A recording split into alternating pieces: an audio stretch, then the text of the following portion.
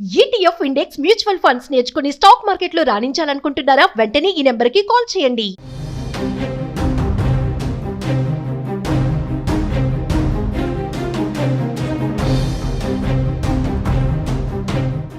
హిమాచల్ ప్రదేశ్లో ఏం జరుగుతుంది? గత కొద్ది రోజులుగా అక్కడ కురుస్తున్నటువంటి వర్షాలతో అట్టుడికిపోతున్నటువంటి హిమాచల్ ప్రదేశ్ తాజాగా ఆ వరదల బీభత్సానికి అనేక సంఖ్యలో అక్కడ మరణాలు సంభవించినట్టుగా తెలుస్తుంది. సుమారుగా 100 మంది మరణించినట్టుగా తెలుస్తుంది. అధికారికంగా 69 మంది 70 మంది చనిపోయినట్టుగా చెప్తున్నప్పటికీ అక్కడ 100 మందికి పైగానే మృతి చెందినట్టుగా కూడా సమాచారం అందుతుంది. అంతేకాక గత కొద్ది రోజుల నుంచి అక్కడ కొనసాగుతున్నటువంటి వరద ఉధృతికి 5,000 కోట్ల ఆస్తి నష్టం సంభవించిందంటే హిమాచల్ ప్రదేశ్లో ఎంత భీకరమైనటువంటి వరదలు అక్కడ సంభవించాయో మనం అర్థం చేసుకోవచ్చు. దీంతో అక్కడ ఉప్పొంగినటువంటి వరదలతో హిమాచల్ ప్రదేశ్ పూర్తిగా అతలాకుతలమైంది. భారీ ప్రాణ నష్టం జరిగింది.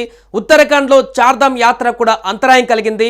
భీమ్టాల్లో ఉప్పొంగుతున్నటువంటి జలాశయాలలో మునిగి నేవీకి చెందినటువంటి 2 సిబ్బంది కూడా చనిపోయారు. దీంతో ఆ రాష్ట్రం మొత్తం కూడా తీవ్రమైనటువంటి వరదలతో బిక్కుబిక్కుమంటూ గడుపుతుంది.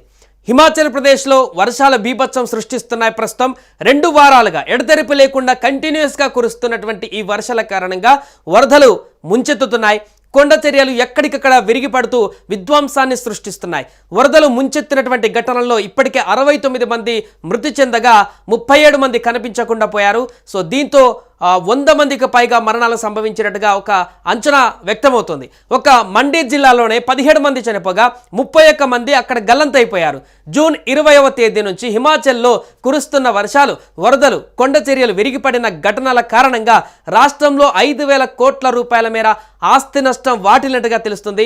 వచ్చే మంగళవారం వరకు ఇంకా వర్షాల తీవ్రత కొనసాగుతుందని వాతావరణ శాఖ తెలపడంతో అక్కడున్నటువంటి ప్రజలు మరింత భయాందోళనకు గురవుతున్నారు. ఇక ఉత్తరాఖండ్లోని భీమ్టాల్లో ఉప్పొంగుతున్నటువంటి జలాశయాలలో నేవీకి చెందినటువంటి 2 మునిగి చనిపోయారు సిబ్బంది. పఠాన్కోట్కు చెందినటువంటి ప్రిన్స్ యాదవ్, బీహార్లోని ముజఫర్పూర్కు చెందినటువంటి సాహిల్ కుమార్గా వీరిని గుర్తించారు. నైనిటాల్ నుంచి సరదాగా గడిపేందుకు వచ్చినటువంటి 8 మంది IIF సిబ్బందిలో వీరున్నారు. సో దీంతో ఆ సిబ్బంది పర్యటన విషాదకరంగా మారింది. వర్షాల కారణంగా రాష్ట్రంలోని 100కు పైగా రహదారులు అక్కడ మూసివేయబడ్డాయి. చాలా ప్రాంతాల్లో కొండచెరువు విరిగిపడి కొంతమంది అక్కడ ప్రమాదానికి కూడా గురయ్యారు. చార్ధామ్ యాత్రకు పూర్తిగా అంతరాయం కలిగింది. యమునోత్రికి వెళ్ళేటువంటి జాతీయ రహదారి పైన 5 రోజులుగా రాకపోకలు నిలిచిపోయాయి. కొండ చర్యలు విరిగిపడి ఈ రహదారులపై ఉన్నటువంటి సిలాయి మలుపు దగ్గర 12 మీటర్ల రోడ్డు కొట్టుకుపోయింది. దీంతో ప్రయాణికులందరూ కూడా ఎక్కడి వాహనాలు అక్కడే ఆపేసుకొని రోజుల తరబడి అక్కడే వెయిట్ చేస్తున్నటువంటి పరిస్థితి. దీంతో 9 మంది కార్మికులు కూడా కొట్టుకుపోయారు. ఈ యొక్క కొండ చర్యలు విరిగిపడినటువంటి ఘటనలో వీరి కోసం గాలింపు చర్యలు కొనసాగుతున్నాయి. ఉత్తరాఖండ్లోని హరిద్వార్లో కవాడీ యాత్ర ఏర్పాట్లలో భాగంగా గంగానదిలో రెస్క్యూ సిబ్బంది డెమో నిర్వహించారు. ఇలా వరుసగా జరుగుతున్నటువంటి పరిణామాలతో అక్కడ తీవ్ర ఉద్రిక్త వాతావరణం, ఉద్విగ్న సన్నివేశాలు కనిపిస్తున్నాయి.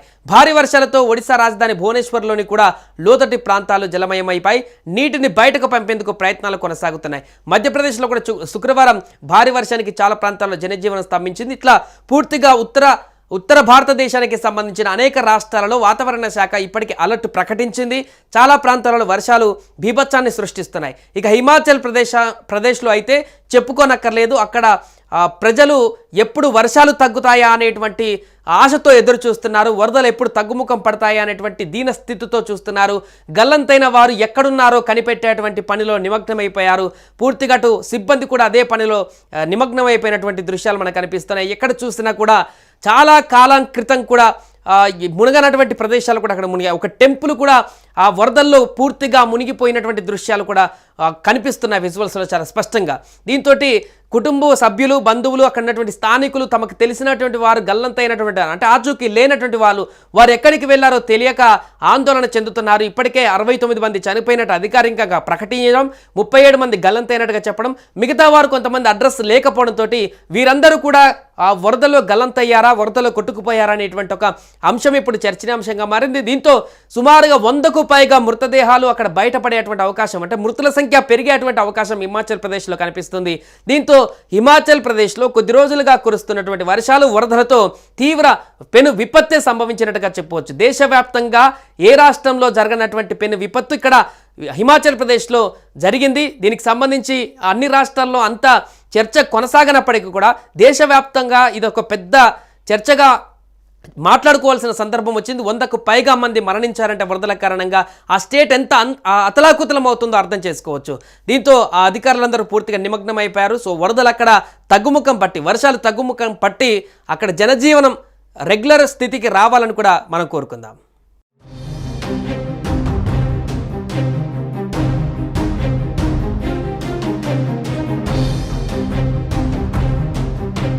సుమన్ టీవీలో మీ పర్సనల్ అండ్ బిజినెస్ ప్రమోషన్స్ కోసం కింది నెంబర్కి కాంటాక్ట్ చేయండి.